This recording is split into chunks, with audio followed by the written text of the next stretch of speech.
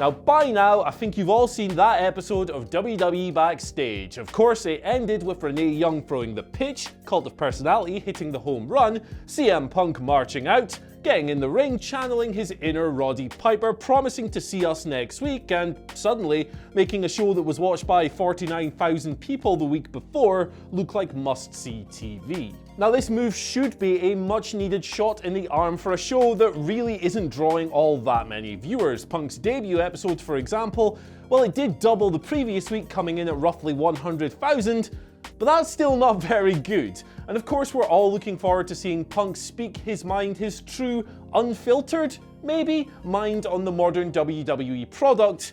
But it's Punk, and of course the conversation has quickly turned to the prospect of an in-ring return. Despite his contract being with Fox and not WWE, and despite his continued assertions in retirement that he wanted nothing to do with being a wrestler ever again, our minds quickly went to the prospect of that in-ring return. But before we dive into all of this, I think there's a really important point to make here about Punk and his role and what he actually wants to do, because honestly, I think there's a strong chance that he's only signed this deal to be a broadcaster, and a broadcaster alone. But as is the case with everything else surrounding this situation, there is a lot to dive into, and that's what I intend to do here. So let's do the thing. Now, as we already know, the deal between CM Punk and Fox was reportedly made with WWE's blessing, and we can thank PW Insider for unveiling that little nugget of information almost as soon as the guy appeared on our screens. But the interesting thing here is that while there might not be much collaboration between WWE and Punk, the show itself is a collaboration, even if it doesn't always come across that way in the way it's presented. Because while a lot of people have understandably compared the product to Talking Smack, God, how I miss Talking Smack, it is not entirely detached from WWE's creative universe. They use this thing to tell stories and further angles, and yeah, the Talking Heads and Renee Young and Booker T and everyone else, they do criticize the product, but they do so in a very nicey way. So as enticing and exciting as the idea of CM Punk just coming on TV and ripping on Raw and SmackDown might be, there's a very good chance that he will be regulated somewhat. He says he won't be, and we don't want him to be, certainly, because that would just be great television.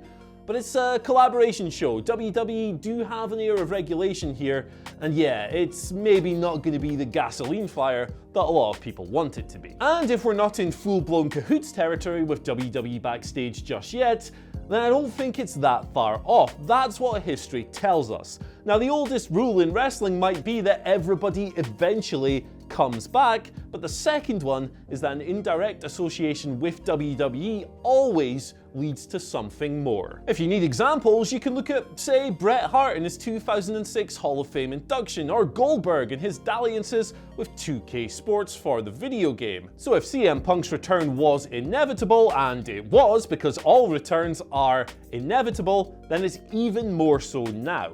But,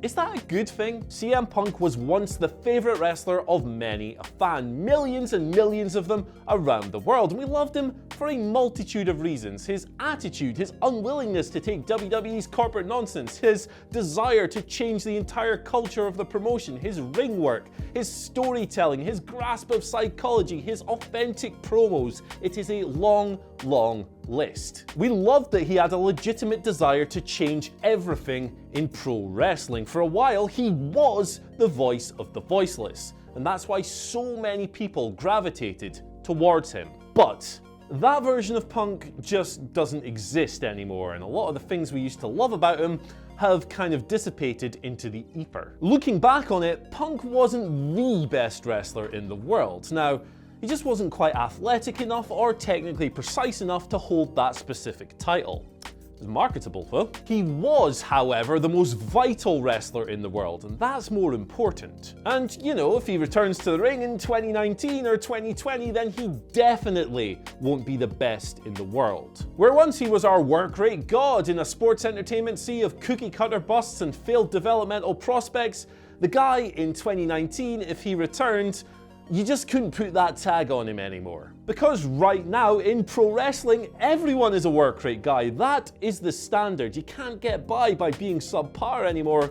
and you only need to look at WWE's roster to see that's true. Now, I'm not saying the product's necessarily better today than it was back then, but as far as the in-ring goes, standards are a lot higher, athletically, technically, and in every other way. And while CM Punk was indeed a tremendous professional wrestler, that old anti-WWE style that he used to employ is no longer fresh or inventive. It has also advanced well beyond itself. Let's take a look at some of the techniques CM Punk used to employ. There was kind of an MMA style flair to his work back then, but you compare it to a guy like Matt Riddle, who is really taking it to the next level with extra oomph and verve in 2019, there's kind of a difference. You notice the gap. And of course, the striking game was a huge part of CM Punk's appeal as well, but you just flick over the channel, you watch some New Japan on Access, and you see that that has skyrocketed over the Pacific as well. Both of these things used to be amongst the biggest technical standouts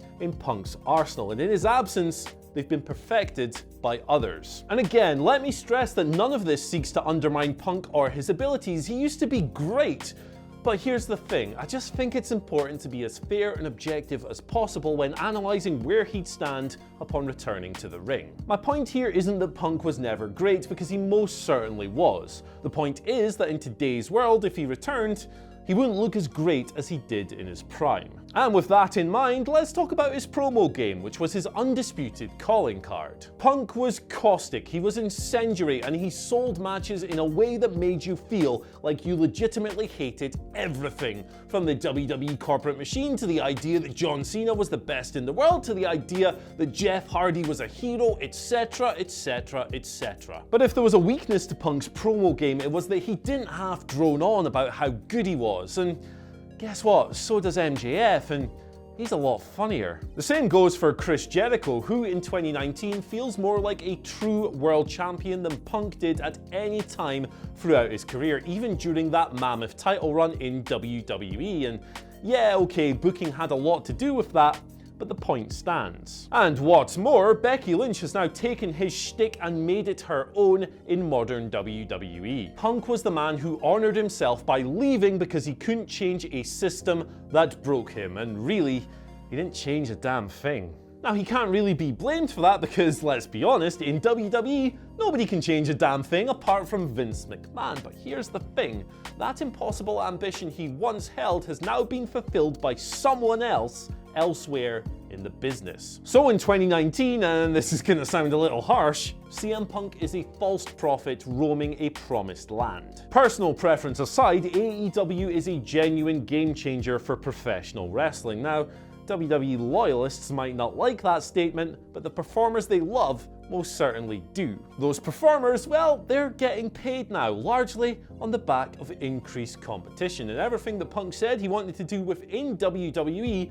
Cody has done outside of it. He was the catalyst for change. That's a big part of why Cody is so deafeningly over with his audience. He has legitimately helped change pro wrestling along with his All Elite buddies. And he's done so much more than just, I don't know, altering the WWE product a little bit to usher in a new era of blood and ice cream bars. He has done this by helping to create a genuine alternative to WWE, and to his fans, the guy's done so much more than just breaking Triple H's throne with a sledgehammer. Now, the cruel irony here is that Punk is the one who created this appetite for change in the first place, but the drive that babyfaced him back in the day is no longer a unique selling point. You know, the fans don't chant CM Punk at wrestling shows for nothing. People genuinely loved him, and these same fans might not care about Cody, they might not even know who he is. But if Punk does come back, there are two very flawed narrative avenues to explore. Number one is that WWE directly acknowledged the acrimony surrounding from CM Punk's departure, which,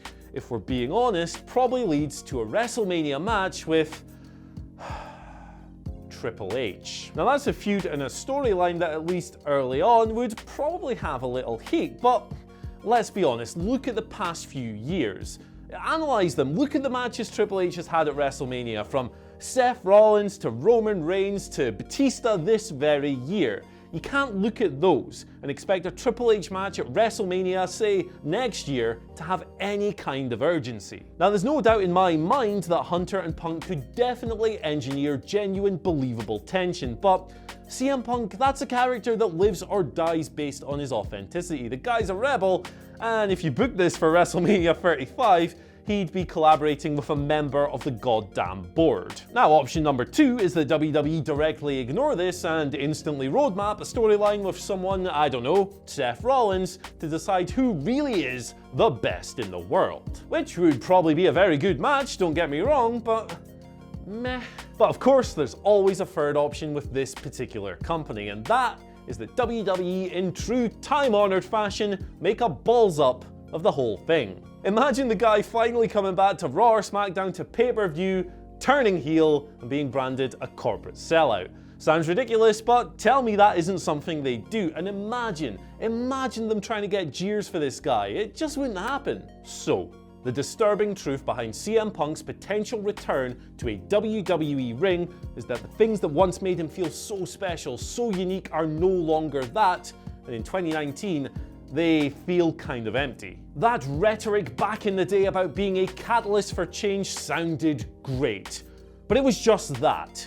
Rhetoric. Again, people don't chant CM Punk's name without reason. He was and still is absolutely adored, and so much more than just a beneficiary of the barren era of WWE that he came up in. But even if there is an adaptable, enduring genius behind Phil Brooks and what he wants to do in wrestling, and there may very well be, it's WWE. They wouldn't have a clue what to do with it. So, how could WWE possibly botch a CM Punk in-ring return?